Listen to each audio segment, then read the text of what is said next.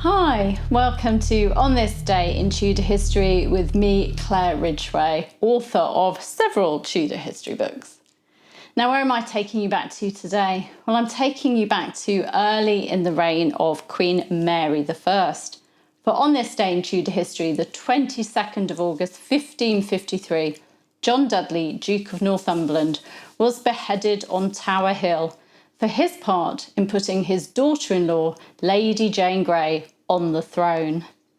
Northumberland's friends Sir John Gates and Sir Thomas Palmer were also executed on this day in 1553 for supporting Northumberland.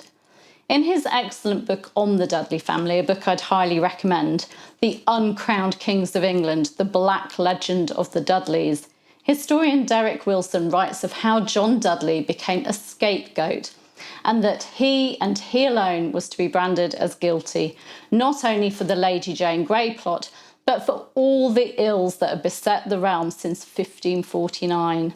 And that Gardiner, Bonner, Howard and other religious conservatives concocted the official story that Northumberland had seduced the boy king into heresy. Apparently, according to them, Edward VI had no mind of his own and everything was down to Northumberland.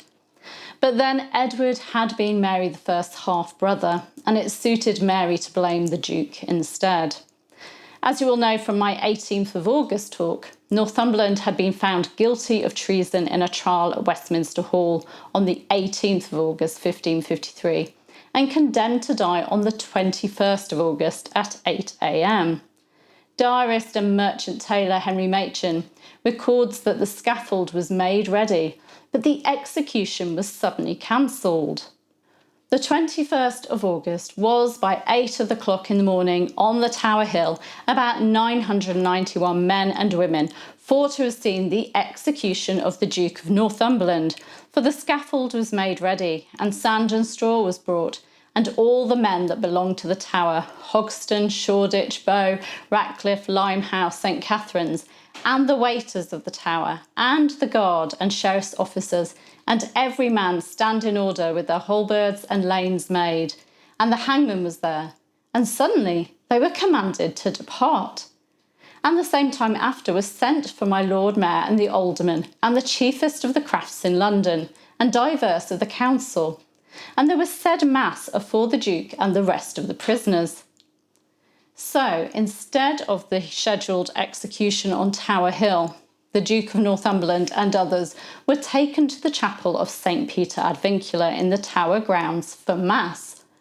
At this service, Northumberland, who was a Protestant, took Catholic communion and addressed the congregation saying, "Truly, I profess here before you all that I have received the sacrament according to the true Catholic faith. And the plagues that is upon the realm and upon us now is that we have erred from the bottom of my heart." Northumberland was recanting his Protestant faith, something which has often been seen as weakness and evidence of his fickle faith, but it's more likely to have been an appeal for mercy and an attempt to save his family from retribution. Derek Wilson points out that if Dudley is to be accused of cynicism and cowardice for changing his coat, others must stand in the dock with him, citing the examples of William Cecil, Thomas Cranmer, the Marquis of Northampton, and even Princess Elizabeth, the future Elizabeth I. The following morning, the 22nd of August, Northumberland was led out of the Tower of London and up onto Tower Hill. There is an account of the executions of Northumberland, Gates and Palmer in the Chronicle of Queen Jane. Here is the part about Northumberland.